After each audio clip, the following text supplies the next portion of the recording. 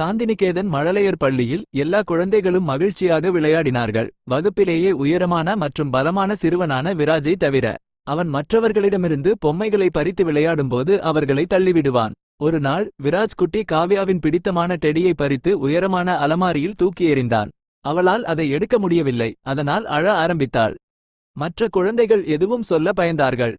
விராஜ் ரொம்ப பலசாலி, நம்ம என்ன செய்ய முடியும் என்று அவர்கள் கிசுகிசுத்தனர். ஆனால் புத்திசாலியான ராகவனுக்கு ஒரு யோசனை வந்தது. நம்ம எல்லாரும் சேர்ந்து வேலை செய்யலாம். காவ்யா விராஜை தன்னுடன் ஓட்டப்பந்தயம் வைக்க சொல்லி திசை திருப்பினாள். ராகவனும் அர்ஜுனும் ஒரு நாட்காலியில் ஏறி டெடியை திரும்ப எடுத்தனர். கதை சொல்லும் சான்யா குழுப்பணி பற்றி ஒரு கதை சொல்லி விராஜை சிந்திக்க வைத்தாள். அவர்கள் ஒன்றாக வேலை செய்வதை விராஜ் பார்த்தபோது சான்யா சொன்ன கதையை நினைத்தான். யானையும் குருவிகளும் பற்றிய பஞ்சதந்திர கதை. ஒரு காலத்தில் அடர்ந்த காட்டில் கஜராஜ் என்ற பலம் வாய்ந்த யானை, சந்திரிகா மற்றும் சுமன் என்ற 2 குருவிகள் கூடு கட்டிய மரத்தின் அருகே வாழ்ந்தது. குருவிகள் மகிழ்ச்சியாகவும் அமைதியாகவும் வாழ்ந்தன. ஆனால் ஒரு கோடை காலத்தில் கடுமையான வெப்பம் ஆற்றை வறண்டு போகச் செய்தது. மேலும் கஜராஜ் தண்ணீர் தேடி மரங்களை தட்ட ஆரம்பித்தான். அவன் தேடியதில் குருவிகள் கூடு கட்டியிருந்த கிளையை அழித்தான். அவர்களின் முட்டைகள் தரையில் விழுந்து உடைந்து போயின.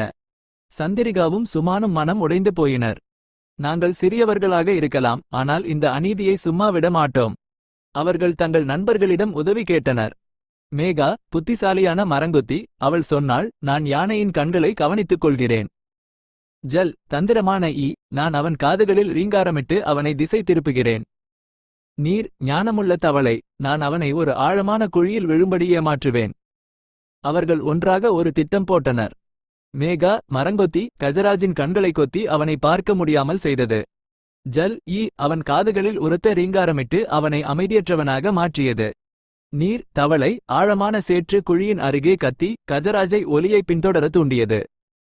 குருடான மற்றும் குழப்பமான யானை முன்னோக்கி சென்று குழியில் விழுந்தது. அது போராடியது, ஆனால் தப்பிக்க முடியவில்லை. சிறிய உயிரினங்கள் தங்கள் குழுப்பணியால் வலிமையான யானையை தோற்கடித்தன. கதையின் ஞானம், அவர்கள் ஒன்றாக வேலை செய்தால் சிறிய மற்றும் பலவீனமானவர்கள் கூட வலிமையானவர்களை தோற்கடிக்க முடியும். விராஜ் தான் யானை போல் நியாயமற்ற முறையில் தன் பலத்தை பயன்படுத்துவதை உணர்ந்தான். நான் தவறு செய்துவிட்டேன். நான் ஒரு நல்ல நண்பனாக இருக்க விரும்புகிறேன். அவன் பகிர்ந்து கொள்ளவும் அன்பாக இருக்கவும் உறுதியளித்தான்.